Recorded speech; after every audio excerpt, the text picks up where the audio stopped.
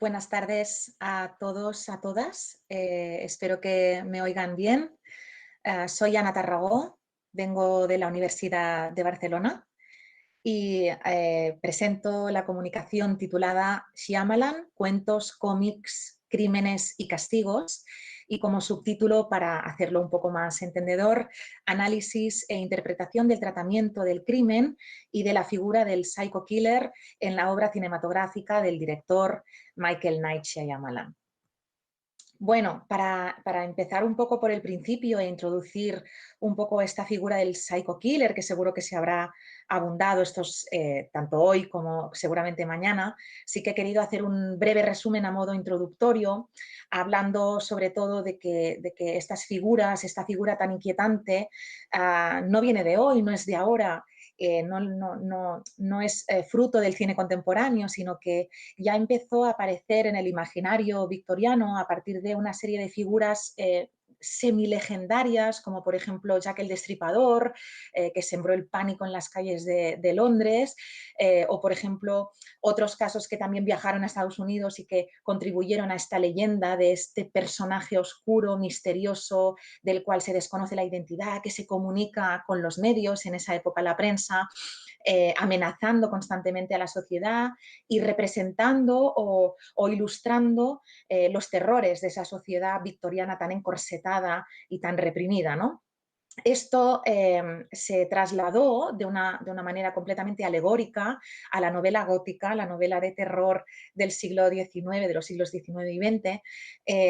y se trasladó al cabo de muy poco tiempo, por los pocos años que hubo de diferencia gracias a la aparición del cinematógrafo, ya enseguida en forma de cine de terror, de fantasmagorías, de monstruos del cine de terror,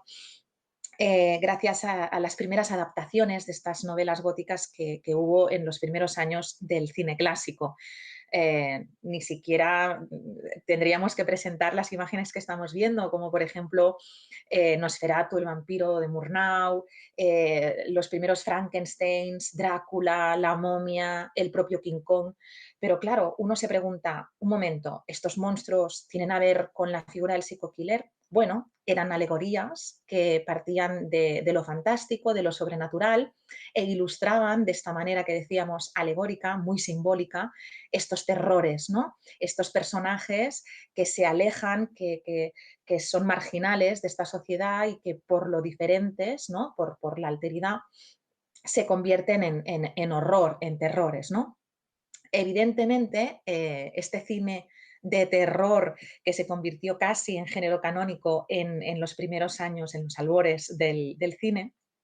fue evolucionando poco a poco, aparecieron otros géneros, evidentemente, apareció también el cine de suspense, primeramente representado con el cine negro, poco a poco ganando entidad, hasta llegar a la mitad del siglo XX, en la que a partir de una serie de figuras ya más humanizadas, alejadas cada vez más de los monstruos del terror, empezaron a llenar las pantallas y a asustar al público masivo, a las audiencias. Evidentemente, no podemos evitar mencionar en esta evolución de este psycho killer que empezó siendo sobrenatural, pero luego fue humanizándose, no podemos evitar hablar de ese gran pionero psycho killer que fue Norman Bates, el personaje clave de Psycho, película estrenada en 1960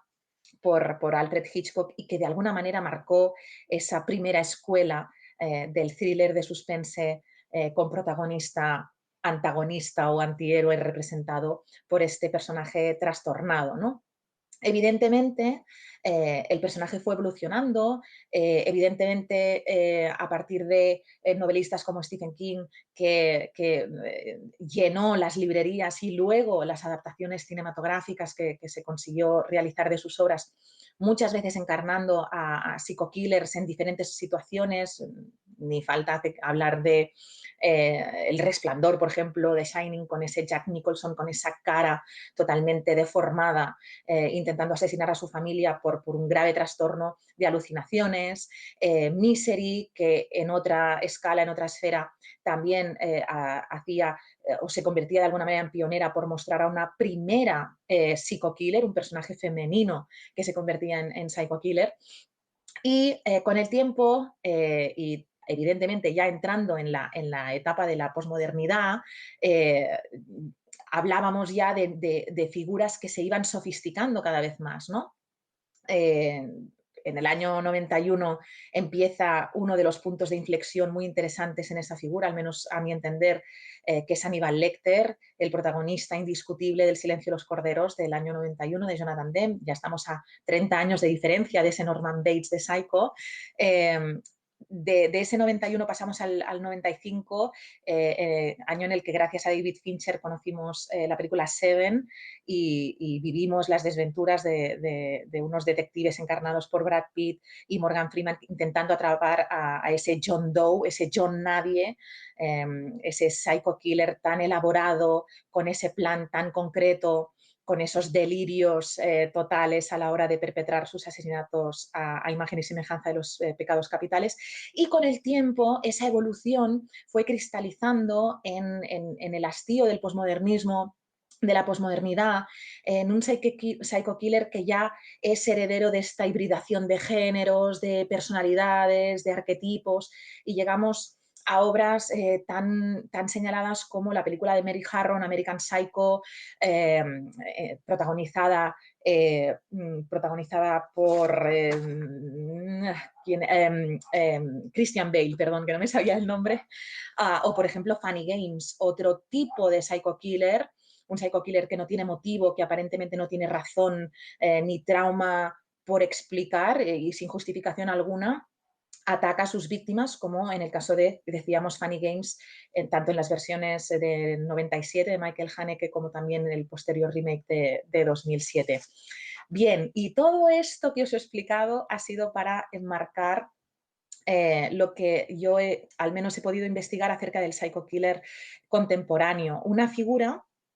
que si tuviéramos que simplificar muchísimo entre sus características, veríamos que se mueve con la misma comodidad entre el terror y el suspense, ya sea una alegoría monstruosa, fantasmagórica, que se mueve en el terreno sobrenatural, como las imágenes que estamos viendo a la izquierda, Freddy Krueger de Pesadilla en Elm Street, Viernes 13, Halloween, con los protagonistas, esos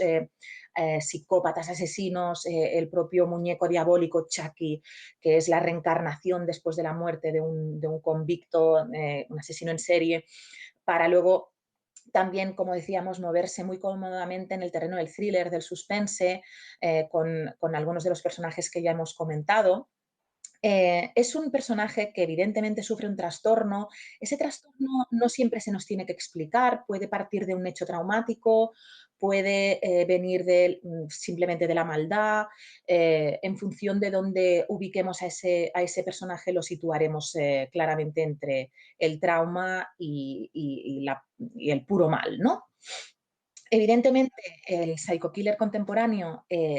como decíamos antes, es muy sofisticado, acostumbra a tener planes muy elaborados para asesinar o para cometer crímenes, tiene objetivos, quiere, persigue, pretende alguna cosa al final del plan perpetrado.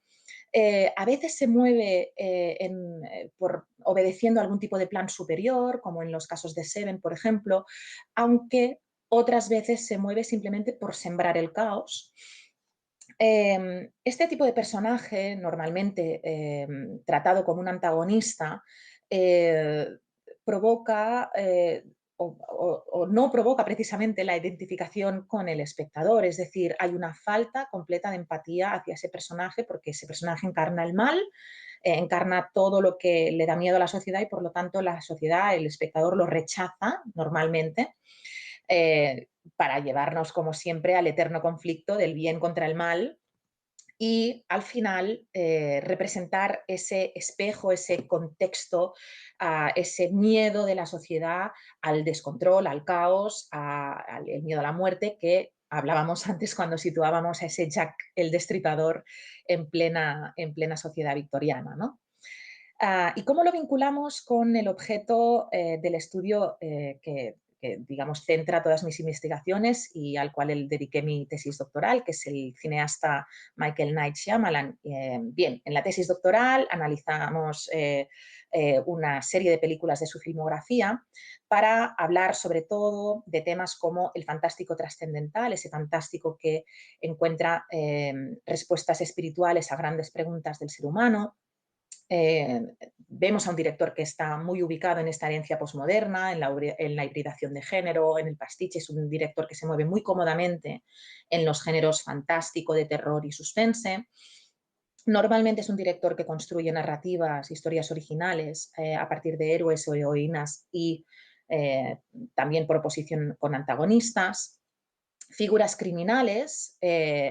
Hay pocas figuras criminales en la filmografía de Shyamalan, pero sí que es verdad que este director siente una fascinación absoluta por la psique humana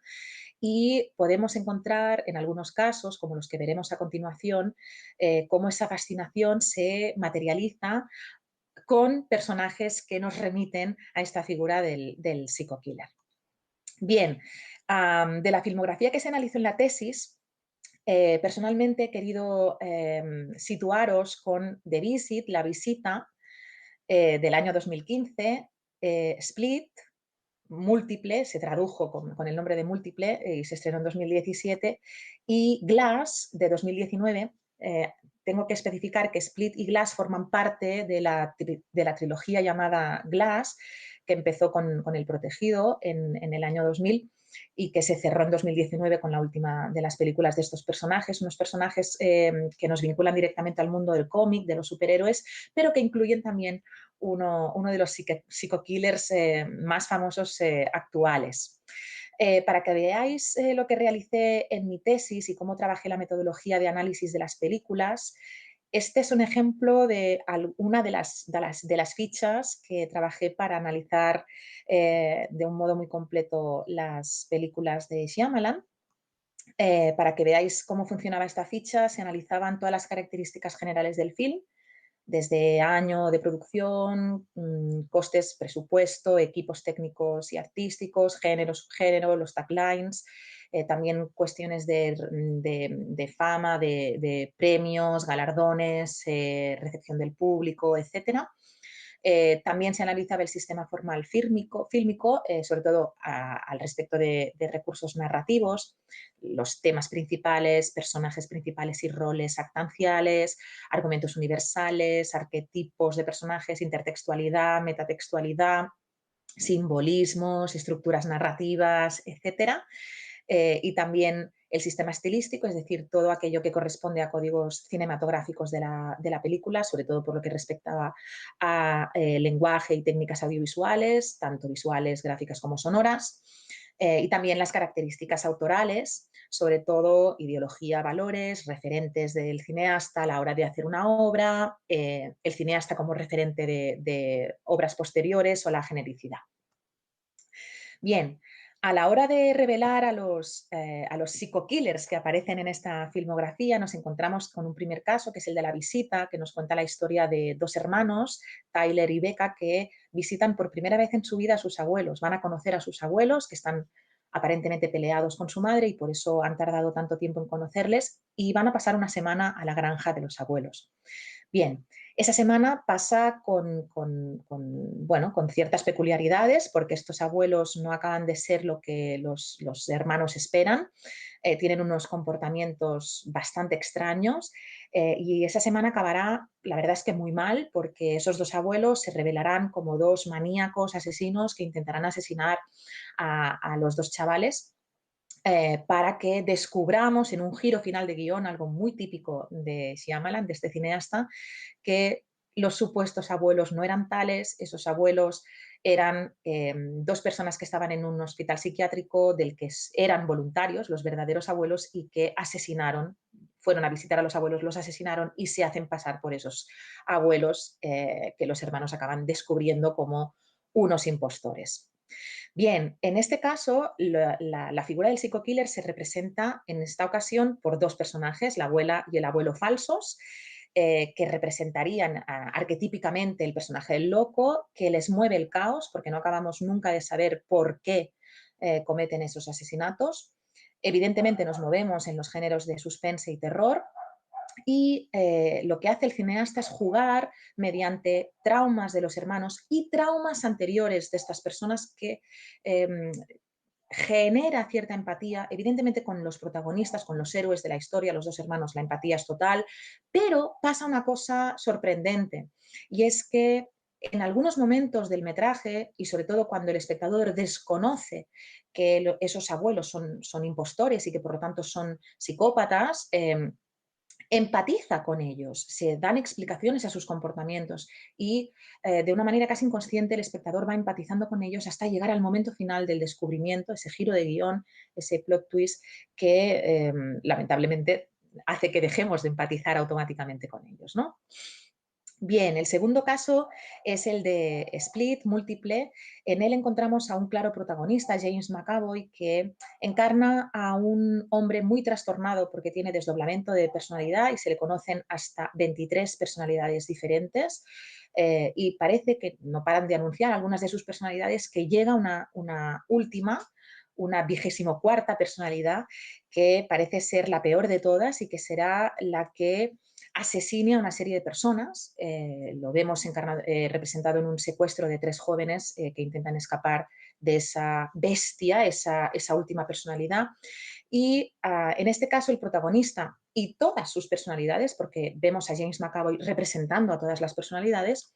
vemos el rol otra vez del arquetipo del loco, también el argumento universal del ser desdoblado, y este ser con tantas personalidades responde a un plan superior, una especie de plan que existe solo en su cabeza, pero que es un plan en el que se le ordena esperar esa llegada de esa personalidad que es la bestia, que eliminará el mal del mundo mediante asesinatos ritualísticos. Volvemos a hablar de género de suspense hibridado con el terror, y en este caso se da una situación